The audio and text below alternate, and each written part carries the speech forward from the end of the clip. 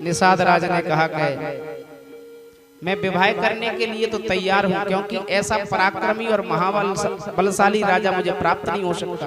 मेरा तो बड़ा सौभाग्य है कि आप जैसे राजा हमें वर के रूप में प्राप्त हो। इससे बड़ा सौभाग्य और क्या हो सकता है मेरा।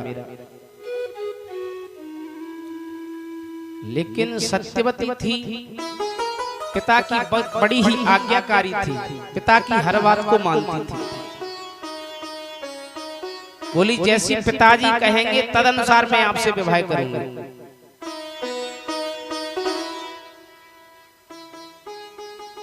और जो संस्कारवान होते हैं वो पिता की आज्ञा का पालन करते हैं। जैसे रामचरित्र पर हम दृष्टि डाल करके देखें तो रामचंद्र जी जब कैकेयी ने राजा दशरथ से 3 वरदान मांगे तो उन वरदानों में एक वरदान था कि वनवास, राम जी को वनवास जाना पड़ेगा। और अपने पुत्र भरत को राज्याभिषेक मांग लिया। लेकिन राम जी ने कहा जोई राम सोई राम, जैसा पिताजी आदेश करेंगे वैसा ही हम करेंगे।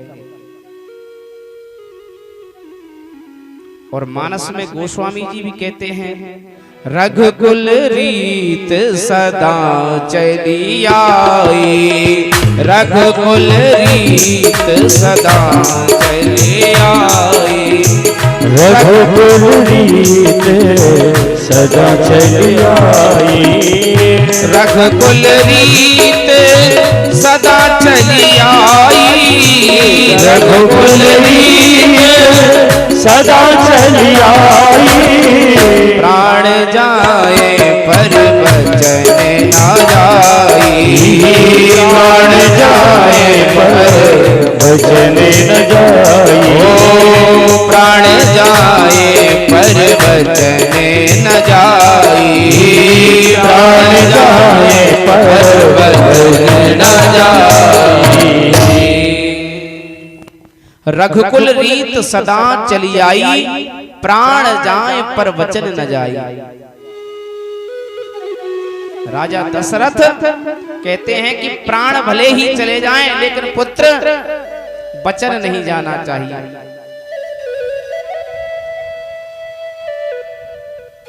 और कहते हैं आज की दृष्टि से यदि देखा जाए तो आज का व्यक्ति आज कुछ बोलता है और एक ही घंटे में उसकी जबान पलट जाती है। और कहते हैं कि जिसकी जबान नहीं उसकी जुबान नहीं।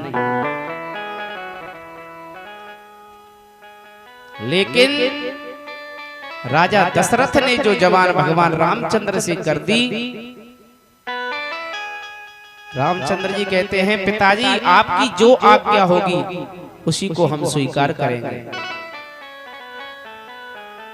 और शास्त्र भी कहते हैं मात पिता और गुरु की वाणी, मात पिता और गुरु की वाणी, मात पिता और गुरु की वाणी, मात पिता और गुरु की वाणी, मात पिता और गुरु की वाणी, मात पिता और गुरु की वाणी, मात पिता और गुरु की वाणी, मात पिता और गुरु की वाणी, विनय विचार करिए शुभ जानी, विनय विचार करिए शुभ जानी, विनय विचार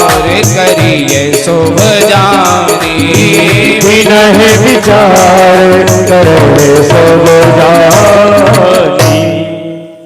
मात पिता और गुरु की वाणी, विनय विचार करिए शुभ जानी। माता पिता की, बड़े लोगों की, संत जनों की, गुरुजनों की कभी भी बात पर संशय नहीं करना चाहिए। वो जो कहेंगे आपके कल्याण के लिए ही कहेंगे। जिसमें आपका कल्याण हो वही बात संतजन, माता पिता, गुरुजन कहते हैं। लेकिन आज का व्यक्ति समय के अनुसार चलता है। जैसा समय होता है तद अनुसार वो व्यवहार करता है। और संसार में ऐसे भी व्यक्ति हैं जो माता पिता को भी मानते हैं, गुरुजनों को भी मानते हैं, संतजनों को भी मानते हैं और वृद्धजनों की भी सेवा करते हैं। ऐसे व्यक्ति भी आज धरा पर हैं। वह माता पिता अपने बालकों के शत्रु होते हैं, दुश्मन होते हैं। कौन से? माता शत्रु पिता वैरी, ए न बालो न पाठिता, न शोभते सभा मध्य हंस मध्य बको यथा। वह माता माता नहीं, वह पिता पिता नहीं, जो अपने पुत्रों को सुंदर संस्कार नहीं दे सकते, उनको पढ़ा लिखा करके तैयार नहीं कर सकते। वह कैसे शोभायमान होते हैं? जैसे हंसों की सभा लगी हो और उसमें कोई बगला आ जाए तो बगला अलग ही दिखता है। इसलिए अपने माता पिता को चाहिए कि अपने पुत्रों को सुंदर संस्कार दे, उनका पालन पोषण करें, क्योंकि माता पिता ही सबसे पहले भगवान होते हैं। ये माता पिता का कर्तव्य है, बच्चों का भी कर्तव्य है। बच्चों का कर्तव्य क्या है? कि माता पिता से अच्छे संस्कार लेकर के और माता पिता की अंत समय में सेवा करें, उनकी आज्ञा का पालन करें। ये बच्चों का धर्म है।